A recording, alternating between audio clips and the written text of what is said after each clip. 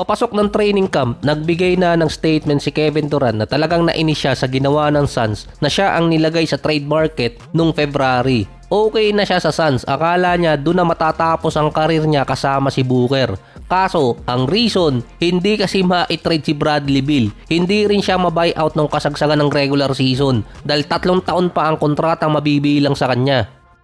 Marami siyang dinecline na trade option kahit wala naman siyang no trade clause. Isa doon, sinabi ng kanyang agent na interesado di umano ang Golden State sa trade sa kanya. Ito yung nireport dati na tinanggihan niya yung Golden State kasi ayaw niya lumipat ng mid-season at mas preferred niya ang off-season.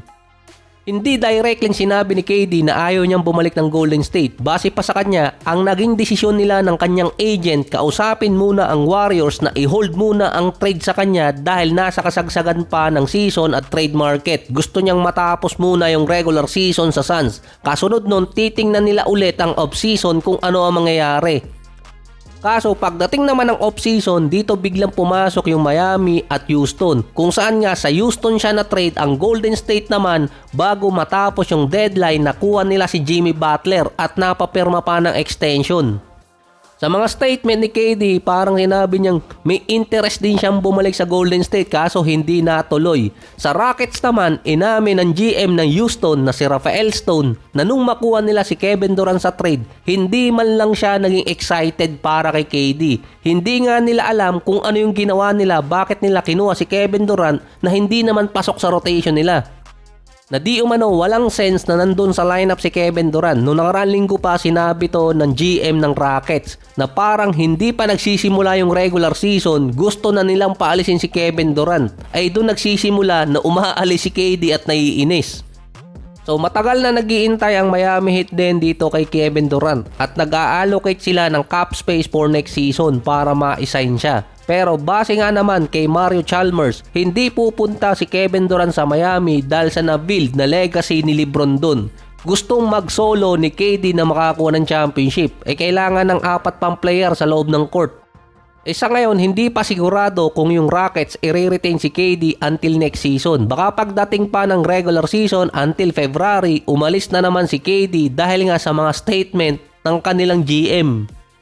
Dagdag pa ni KD, gusto niya agad magkaroon ng chemistry sa mga ka-teammate niya at coachable naman siyang player para sa Houston. Hindi niya tinuturing na isa sa mga greatest of all time ang sarili niya kundi isang veteran player. Based naman kay Coach Ime Udoka, si Kevin Durant yung player na ayaw iasa sa kanya yung team. Ilalagay niya sa tamang role si Kevin Durant na ang role naman lagi ni KD first option sa mga teams na napuntahan niya. Para hindi ma-disrupt ang development ng player gaya ni Amen Thompson na isa sa tinitingnan ng Houston na magiging best two-way player sa mga susunod na taon at magkakasama pa ng matagal kay Sengun. Sa sinabi pa ni Coach Ime na si Kevin Durant yung player na ayaw basta iasa sa kanya yung team, no choice doon si Coach Ime kundi iasa talaga kay Kevin Durant dahil ang problema talaga ng Rockets last season, offense. Si Kevin Durant ang pupuno sa problema na yon. Papasok pa ng 2026 season ang best Eurobasket tournament din ni Sengun. Last year, nag-average siya 19 points, 10 rebounds, almost 5 assists per game. Isa sa best second option para kay KD. Kahit pa si Kevin Durant going 37 years old na, mahirap pa rin palagpasin yung 26 points, 6 rebounds, 4 assists, 52% sa field at 43% sa 3-point area. Malayo ang shooting percentage ni Kevin Durant kumpara kay Jalen Green. Dahil ang problema ng Rockets, maganda ang defense nila, hindi naman nila nako-convert sa kabila sa offense yung kanilang nakukuhang mga steals or kaya stoppages. Ang Houston mayroong 14 players at isa pang available spot sa kanila. May natitira na lang 1 million sa kanilang tax apron. Mix pa rin ng young at veteran player ang Houston dahil kay Jabari Smith, Sengun, Thompson, Tari Eason, na si Reed Sheppard naman ang former number 3 overall pick. Mataas ang expectation sa kanya for next year na babawi. Papasok ng rookie season ni Sheppard, mataas ang kanyang shooting percentage pero hindi siya na-integrate agad sa Houston.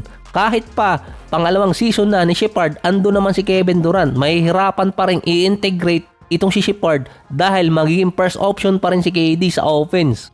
Magiging second option nila itong si Sengun, yung pangatlo naman si Amen Thompson. Isa pa, nasa win-now situation ng Rockets para mag-develop pa ng player at sasamantalahin nilang andun si Kevin Durant para magawa yun.